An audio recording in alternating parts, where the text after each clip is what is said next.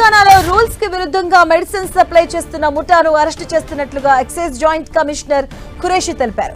వారి నుంచి 1.8 లక్షల అల్ఫోజలం టాబ్లెట్లను సీజ్ చేసినట్టుగా తెలియజేశారు. వీటి విలువ 9 లక్షల రూపాయలు ఉంటుందంటూ చెప్పారు.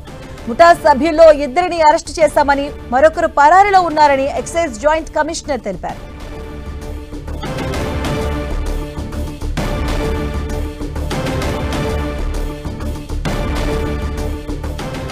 తెలంగాణలో రూల్స్ కి విరుద్ధంగా మెడిసిన్ సప్లై చేస్తున్న ముఠాను అరెస్టు చేస్తున్నట్లుగా ఎక్సైజ్ జాయింట్ కమిషనర్ ఖురేషి తెలిపారు. వారి నుంచి 1.8 లక్షల అల్ఫాజోలం టాబ్లెట్లను సీజ్ చేసినట్టుగా తెలిపారు. వీటి విలువ 9 లక్షల రూపాయలు ఉంటుందంటూ తెలియజేశారు. ముఠా సభ్యుల్లో 2 అరెస్టు చేశామని, మరొకరు పరారీలో ఉన్నారని ఎక్సైజ్ జాయింట్ కమిషనర్ తెలిపారు.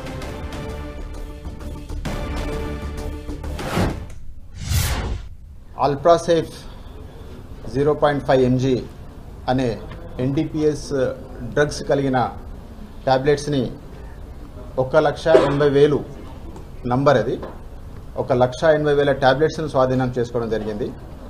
దీనికి ఎలాంటి డ్రగ్ కంట్రోల్ అథారిటీ డిపార్ట్మెంట్ నుంచి కానీ తర్వాత ఇతర కన్సర్న్ డిపార్ట్మెంట్ నుంచి దీనికి అనుమతి లేదు. ఇది అన్లైసెన్స్డ్ వ్యాపారం చేస్తున్నారు వాళ్ళు. ఈ డ్రగ్సే కాకుండా ఇతరత్ర కొన్ని అబార్షన్ కిట్స్, తర్వాత anti BP tablets, anti diabetic tablets, తర్వాత కొద్దిగా సెక్షువల్ పవర్ ఎన్హాన్స్మెంట్ ట్యాబ్లెట్స్, ఇవన్నీ కూడా డ్రగ్ కంట్రోల్ అథారిటీస్ సీజ్ చేసుకోవడం జరిగింది.